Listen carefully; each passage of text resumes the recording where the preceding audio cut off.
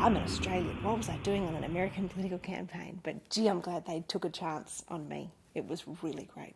My name's Nina Blackwell. I was until recently press secretary to Senator Hillary Clinton. I managed to get my resume sent to the communications director of Senator Clinton's campaign. He was kind enough, after a couple of false starts, he was kind enough to even give me the time of day. Sat down and had a meeting, and he said, "We'd love to have you. We would really love to have you. Here's a card table and a laptop. But please come and work, come and do this for us, come and help us." The very first time I'd ever met her, she was completely lovely, completely warm, very down to earth, came over and introduced herself to me. I knew who she was. It's okay. It was just a lovely, I was quite starstruck by that moment, yes. But she put me at ease very, very, very quickly, which was really nice. Working with Senator Clinton was the most amazing life journey. It was terrifically challenging. There were terrific rewards. She's the most amazing human being. I was a young, potentially naive Australian who'd moved to New York City, and I went into a world that I'd only read about before in books.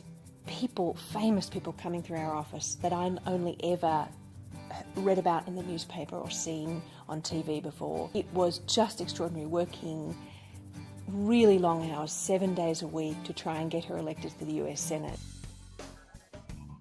People seem to love our Australianness. They seem to love that you sound different, that you have a slightly different approach to them.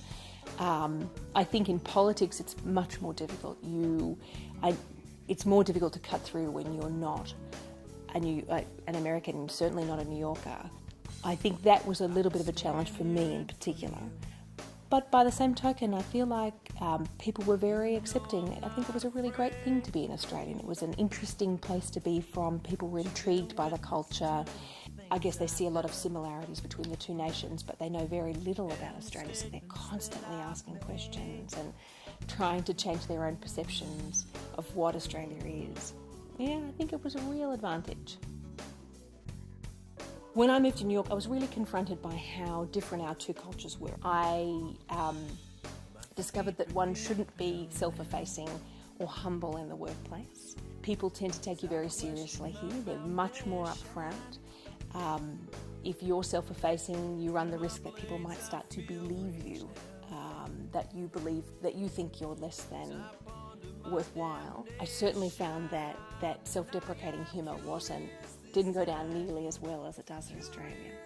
I mean, there are so many words that I would want to use to describe Australia. Family, wide open spaces. I've already used up my 3 words, haven't I? Uniqueness. It's an interesting thing when you ask an Australian who's living overseas where their home is, because I might still answer Australia.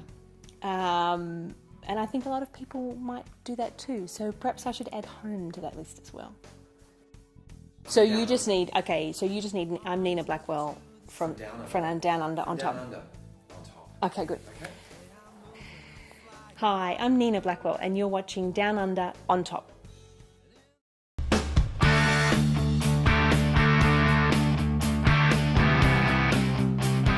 Oh, good. Hey, give us a kiss.